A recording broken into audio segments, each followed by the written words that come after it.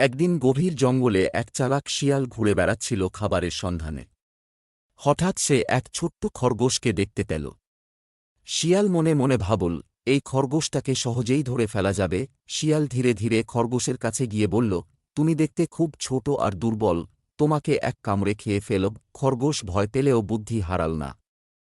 সে ভাবল, শক্তি দিয়ে আমি শিয়ালকে হারাতে পারব না, তবে বুদ্ধি দিয়ে চেষ্টা করতে পারি। খরগোশ শিয়ালকে বলল, আপনি যদি আমাকে খান তবে আমি মরে যাব, কিন্তু আপনি জানেন কি? আমাদের জঙ্গলের রাজা এক বিশাল সিংহ। সে যদি জানতে পারে যে আপনি আমাকে খেয়ে ফেলেছেন, তাহলে আপনাকে ছেড়ে দেবে না। শিয়াল ভয় পেয়ে গেল। সে বলল, সত্যি? সিংহ কোথায় থাকে? খরগোশ চালাকি করে একটা গভীর কুয়ার দিকে ইশারা করে বলল, ওই কুয়ার ভেতরে রাজা সিংহ থাকেন। আপনি চাইলে গিয়ে দেখতে পারেন। শিয়াল কৌতূহলী হয়ে কুয়ার কাছে গিয়ে নিচে তাকাল। তখন সে কুয়ার পানিতে নিজের প্রতিবিম্ব দেখে ভাবল, আরে, এটা তো সত্যিই একটা বিশাল সিংহ। সে ভয় পেয়ে তাড়াতাড়ি পালিয়ে গেল, আর খরগোশ বুদ্ধির জোরে বেঁচে গেল।